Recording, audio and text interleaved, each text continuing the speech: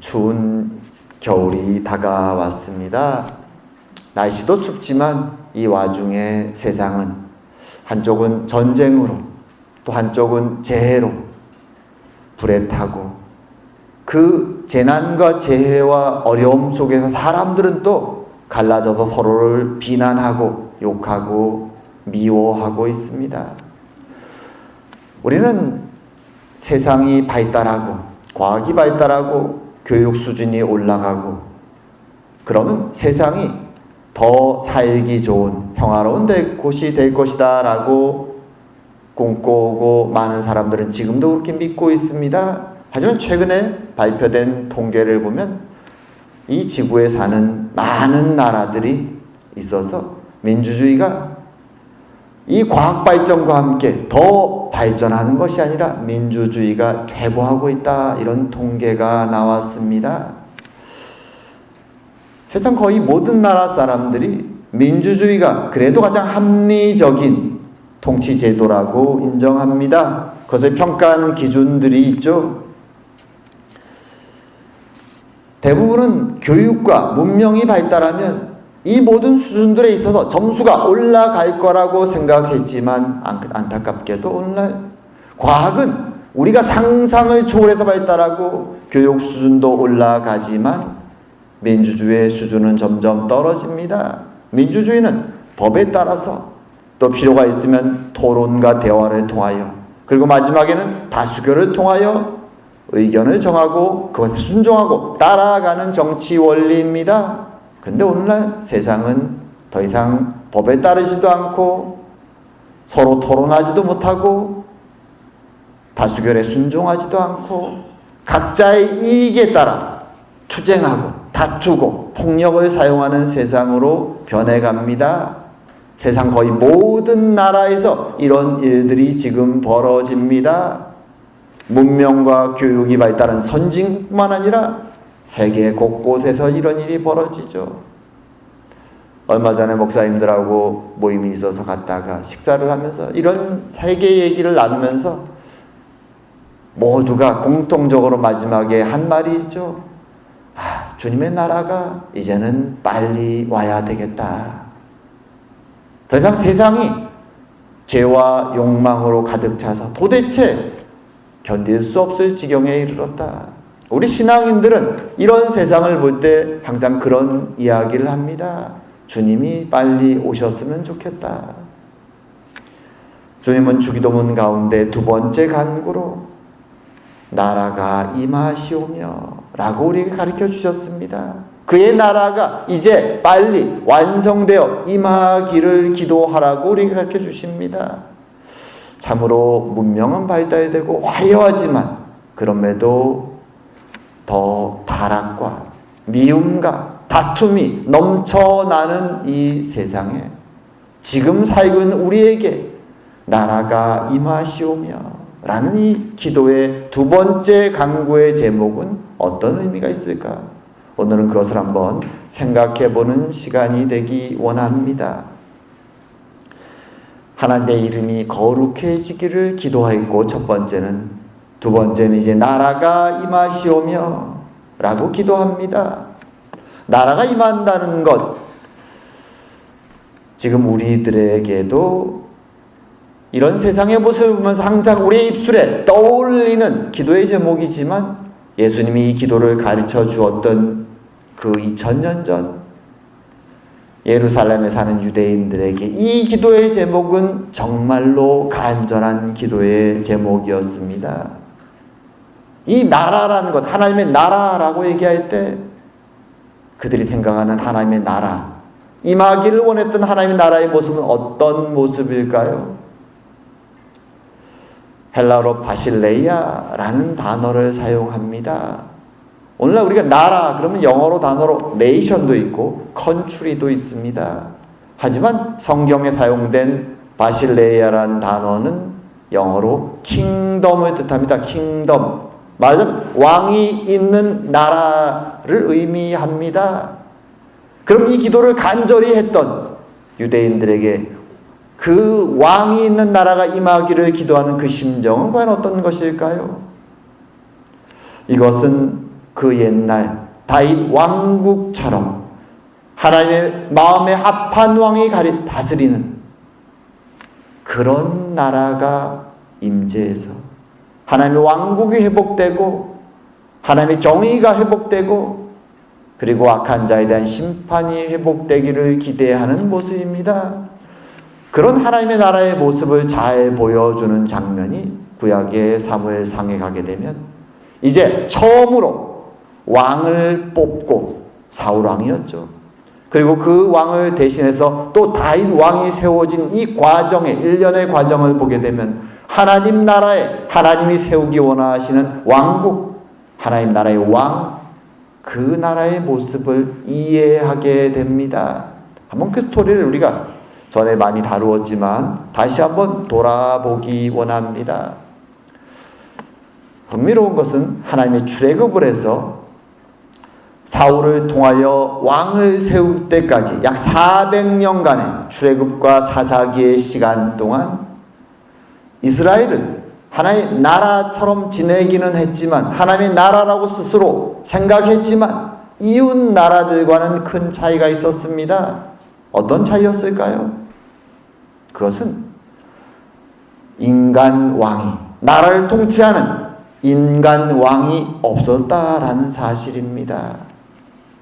왜 없었을까요? 주변의 모든 나라들은 왕이 있었습니다. 근데 왜 이스라엘에는 왕이 없었을까요? 그것은 그들에게 하나님이 왕이셨기 때문입니다. 고대 왕이 하는 역할이 무엇입니까? 그들을 다스리고 규칙을 정하고 그리고 위기에서 그들을 구원해내는 일들을 왕이 합니다. 왕은 전쟁의 용사죠. 하나님이 그것을 하셨습니다. 출애굽해서 그들의 백성들을 인도했고 그들에게 지켜야 될 법을 주셨고 그들을 먹이셨고 그들을 위해 싸우셨고 그들에게 가나안에 정착할 수 있는 모든 것들을 허락해 주셨고 직접 행하셨습니다.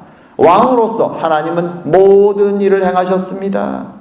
그리고 그의 신하들이라고 말할 수 있는 제사장과 선지자와 사사들을 통하여 백성들을 도와주셨습니다. 그런데 안타까운 것은 무엇인가 하면 이렇게 왕으로서 하나님이 최선을 다해서 이스라엘을 인도하셨고 이스라엘에게 이제 법에 따라 하나님 말씀에 순종하며 살라고 말씀하셨지만 사사기 끝에 가면 계속 반복되는 구절이 있습니다. 그때에는 왕이 없었으므로 이스라엘이 소견에 오른 대로 행하였더라. 왕이 계신데 그들은 왕이 없는 것처럼 욕망에 따라 살아갔습니다. 마치 가나안 지역에 살았던 타락한 이방의 문화를 따라 살면서 하나님이 주신 법을, 말씀을 따라 살기가 싫었던 것입니다. 자유롭게 탐욕을 따라 살고 싶었던 것입니다. 가나안 사람들처럼 말입니다. 그래서 그들의 왕이신 하나님을 거부합니다. 하나님은 그들에게 심판을 하고 벌을 주시며 깨달으라고 말씀하시죠. 블레셋으로부터 고통 속에 있을 때 선지자 사무엘을 통하여 그들을 구원해 주십니다. 이제 이스라엘은 회개하고 하나님께 돌아와서 왕께 복종해야 했지만 그때 이스라엘은 사무엘 선지자에게 몰려와서 우리도 이방 나라들처럼 왕을 세워주십시오 라고 말합니다. 백성의 대표로서 사사요 선지자로 일했던 사무엘은 굉장히 화가 납니다. 하나님께 앞에 기도합니다. 그때 하나님이 이렇게 말씀하십니다. 백성이 내게 한 말을 다 들으라. 이는 그들이 너를 버림이 아니요 나를 버려 자기들의 왕이 되지 못하게 함이니라. 하나님은 안타까우셨지만 그들이 요구하는 왕을 허락해 주십니다. 사울을 선택하셨고 사무엘을 통해 그에게 기름 붓게 하셨습니다. 그리고 이제 백성들 앞에 제비 뽑기를 통해서 어떤 무작위죠. 하지만 하나님의 뜻에 따라 그 제비 뽑기의 결론이 사울이 결국 선출됩니다. 그때 성경이 이렇게 기록하죠. 그들이 달려가서 거기서 그를 데려오매 사울을 데려왔죠. 그가 백성 중에 선이 다른 사람보다 어깨 위만큼 컸더라. 다른 구절엔 얼굴이 굉장히 잘생겼다는 말도 있습니다. 사무엘이 이렇게 말합니다. 너희는 여호와께서 택하신 자를 보느냐? 모든 백성 중에 짝할 이가 없느니라. 최고란 얘기죠. 모든 백성이 왕의 만세를 외쳐 부르느니라. 이 사무엘의 왕의 이 말에는 약간 뭐라고 할까요? 비꼬는 듯한 의도가 있죠. 너희들이 가장 뛰어난 자 왕을 원했느냐? 자 봐라. 너희들 보기에 가장 키도 크고 잘생기고 뛰어난 짝할 이가 없는 사람을 하나님이 선택하셨다. 백성들은 그 앞에서 그 말이 무슨 뜻인지 모르고 그냥 기뻐합니다. 그리고 사울이 그들의 왕이 되어서 블레셋에 향해 전쟁을 해나갑니다. 하지만 곧 그의 문제점이 드러납니다. 하나님이 원하셔서 세운 자가 아니라 사람들이 원해서 세웠던 사울의 약점이 드러납니다. 이제 전쟁을 앞두고 이스라엘은 항상 하는 순서가 있습니다. 반대 진영에 블레셋 군대가 집결해 있습니다. 곧 전쟁을 시작할 것 같습니다. 그럼 이쪽에서 이제 이스라엘 진영도 전쟁을 준비해야 됩니다. 군대가 다 집결했습니다. 그런데 약속한 사무엘 선지자가 오셔서 예배를 먼저 드리고 전쟁을 시작해야 되는데, 제사를 드려야 되는데 7일이 지났는데, 7일이면 온다 그랬는데 아직 사무엘이 나타나지 않았습니다. 백성들은 상대편에 있는 블레셋 군대를 보고 두려움에 빠집니다. 한 명, 두 명 도망가려는 사람들이 생깁니다. 사울은 생각하죠. 제사도 지내지 않고 전쟁을 시작하면 틀림없이 우린 전쟁에 질 거야. 마치 제사가 그들에게 승리를 주는 미신처럼 생각했던 것이죠. 그리고 한편으로는 백성들의 두려움을 이겨내기 위해서 제사가 필요하다고 생각했습니다. 시간을 더 늦춘다면 백성들이 더 두려움에 빠지고 흩어질 거라고 생각했죠. 자신도 두렵습니다. 그래서 그는 사무엘을 기다리지 못하고 7일이 지나자마자 제물을 가져오라고 말해서 자신이 제사장처럼 제사를 지내고 말았습니다. 그러자마자 사무엘이 등장합니다. 도대체 무엇을 한 겁니까? 그리고 이렇게 그에게 말합니다. 왕이 망령되이 행하였도다. 여호와께서 왕에게 명령하신 바를 왕이 지키지 아니하였으므로 여호와께서 그의 마음에 맞는 사람을 구하여 여호와께서 그를 그의 백성의 지도자로 삼으셨느니라. 이 말을 듣고 하나님의 마음을 아는 자라면 어떤 행동을 해야 될까요? 회개하고 하나님 앞에 자신의 잘못을 누이쳐야 되겠죠. 하지만 사람들의 시선을 따르는 사람 사울은 더 분노합니다. 그리고 그때부터 그의 시선은 과연 누가 하나님이 기름 부어서 나 다음에 왕으로 될 자인가를 찾기 시작합니다. 그리고 그의 눈에 발견된 자가 다윗이었습니다.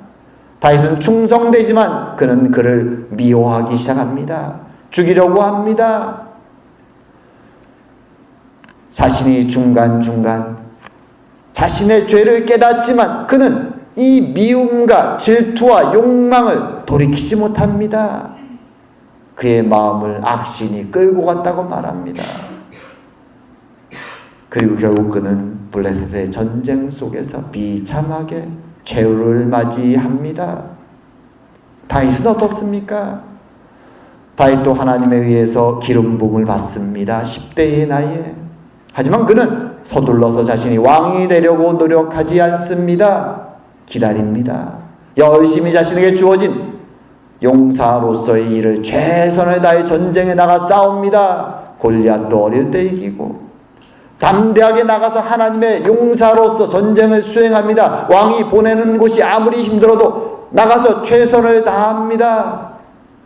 그렇게 충성스럽게 최선을 다하고 왕의 사위가 되었지만 사울은 그를 죽이는 일을 멈추지 않습니다. 결국 다윗은 도망자의 길에 들어섭니다. 그가 사울이 죽고 왕이 되기까지 10년이나 되는 시간 동안 그는 계속 도망 다닙니다. 이스라엘 전역을 통해 도망 다니다가 나중에는 블레셋 땅에까지 가는 모압 땅에까지 가는 도망자의 길을 계속 갑니다. 우리가 알지만 그 도망자의 시기 동안 2번 정도 그는 자신을 쫓아와 자신 근처에서 잠든 사울 왕을 발견합니다. 자신을 찔러 죽이기 위해서 칼을 들고 쫓아다니는 사울이 지금 자신 눈앞에 잠들어 있는 모습을 발견합니다. 그의 주변 신하들은 하나님이 주신 기회라고 죽이라고 말합니다. 하지만 다윗은 그럴 수가 없었습니다.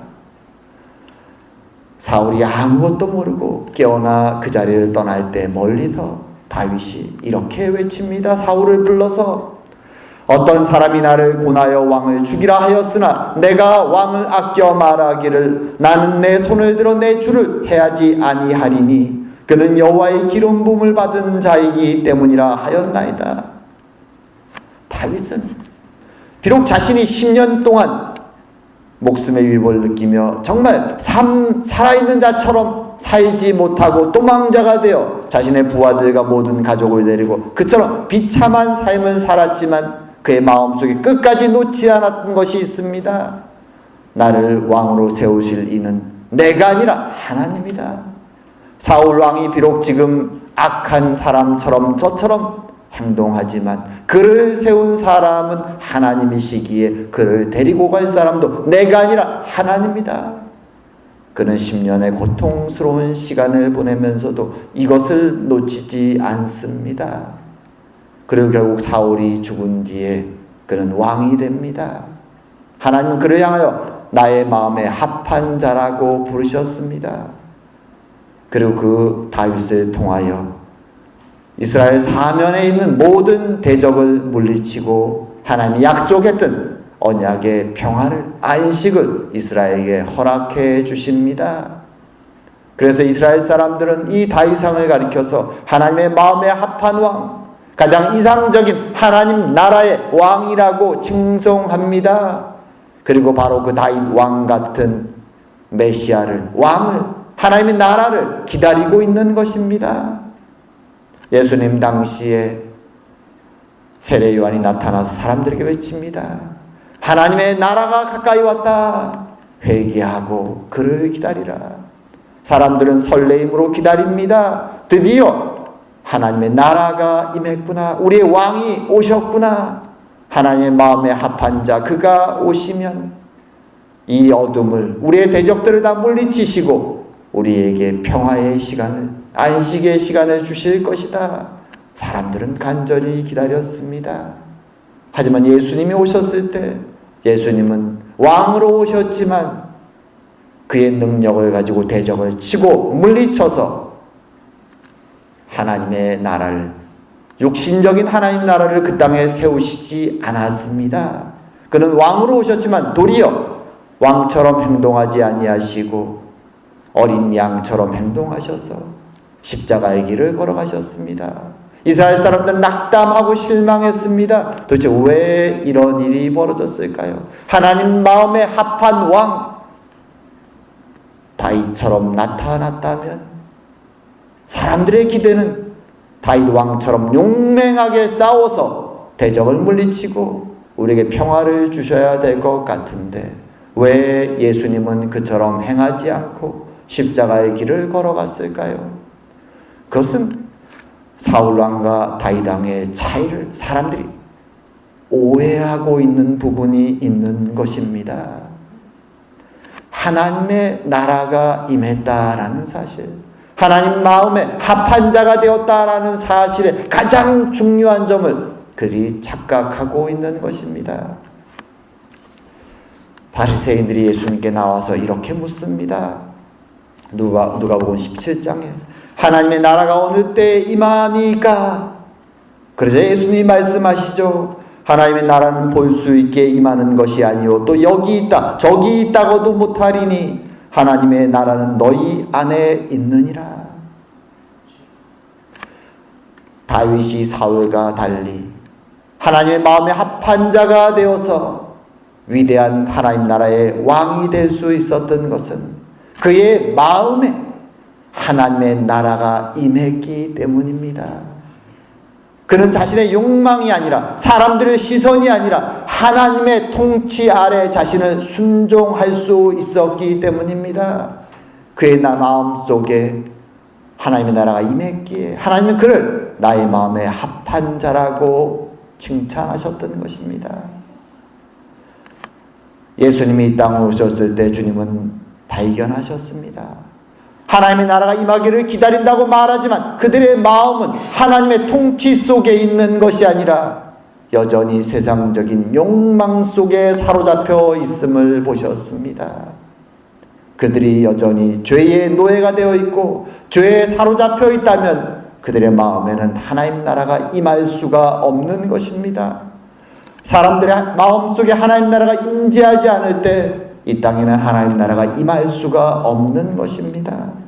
그래서 주님은 제자들에게 주기도문을 가르쳐 주시면서 본인은 이제 십자가의 길을 준비하시면서 하나님의 나라가 임하기를 기도하라 라고 말씀하신 것입니다.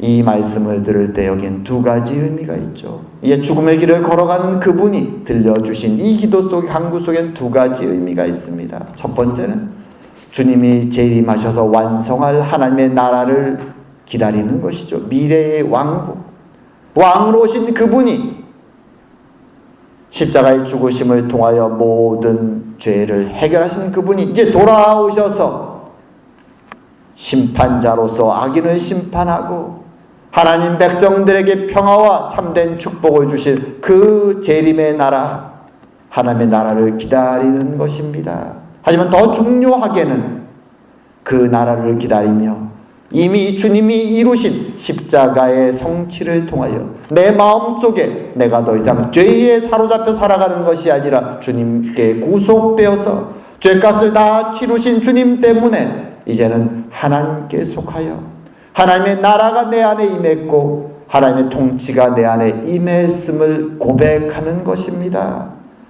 내 안에 하나님 나라가 임했음을, 하나님이 나의 왕이심을 고백하는 것입니다. 이 기도를 할 때마다 그것을 고백하라고 주님은 말씀하는 것입니다. 이 고백이 가능했기 때문에 예수님의 제자들은 눈앞에 지금 로마 제국이 자신들을 탄압하고 목숨을 위협하지만 그 화려한 로마 제국의 무력 앞에서, 강력한 힘 앞에서 무너지지 아니하고 담대하게 복음을 들고 나가서 하나님 나라의 증인이 될 수 있었던 것입니다. 그들의 마음에 이미 임재하신 하나님의 나라를 확신하고 있었기 때문입니다. 오늘날도 마찬가지입니다. 세상은 겉으로 화려합니다. 모든 수준이 역사 어느 때보다 가장 최고의 수준을 유지하고 있습니다. 하지만 그럼에도 불구하고 세상은 여전히 죄에 사로잡혀 살아갑니다. 그들의 마음속에는 하나님 나라가 없습니다. 그들은 죄의 나라에 사로잡혀 멸망을 향하여 걸어갑니다. 그러기에 그 발달된 과학 문명을 소유하고도 서로 싸우고 다투고 미워하고 질투하고 폭력이 넘쳐나는 세상이 지금도 일어나고 있는 것입니다. 인간의 욕망으로 자연이 파괴되고 재해가 일어나고 사람들의 고통이 가중되고 있는 것입니다. 우리는 이 마지막 때 세상을 바라보면서 세상의 시선이 아니라 하나님의 시선으로 바라보면서 내 안에 임재하신 하나님의 나라를 바라보고 이제 다가올 주님의 재림을 바라보면서 주여 어서 오시옵소서 라고 기도할 수 있어야 되는 것입니다. 이제 말씀을 정리할까 합니다. 오늘날 세상은 어떤 면에서 하나님이 왕이셨지만 왕이 없는 것처럼 살았던 사사기나 사울 왕의 시대와 진배 없습니다. 그들은 하나님 왕 대신 하나님을 무시하고 소견에 오른 대로 욕망을 따라 살아갑니다. 그리고 어떤 이들은 사울 왕처럼 하나님의 은혜를 알지만 그럼에도 불구하고 여전히 세상 사람들의 시선을 따라 살아갑니다. 그런 사람들 마음속에는 하나님의 나라가 없습니다. 하나님의 통치가 없는 것입니다. 하지만 비록 이런 타락한 세상 속에서 연약한 자로 살아가지만 하나님이 내 안에 십자가의 은혜를 통하여 하나님의 나라를 이루셨음을, 그분이 나의 왕 되심을 고백하는 우리들에게는 이미 하나님 나라가 임한 것입니다. 우리는 시선을 들어 우리의 왕을 바라보며 살아가야 되는 것입니다. 세상 앞에 담대하게 고백하며 살아가야 되는 것입니다. 그럴 때 비록 쉽지 않지만, 우리도 날마다 흔들리지만, 우리의 시선을 세상이 아니라 우리 주변에 우리의 시선을 끌고 흔들리게 하고 불안하게 하고 걱정하게 만드는 주변의 것들이 아니라 우리 앞에 계신 왕 되신 하나님을 바라보고 그분을 찬양하고 그분의 다스림을 받으며 하루하루 살아갈 때 우리는 세상 만민이 목격할 하나님의 영광의 재림을 목격하게 될 것입니다. 참으로 그 영광을 기다리며 그 은혜를 경험하는 우리 모두가 되기를 주의 이름으로 축원드립니다. 기도드리겠습니다. 사랑과 은혜의 하나님 아버지,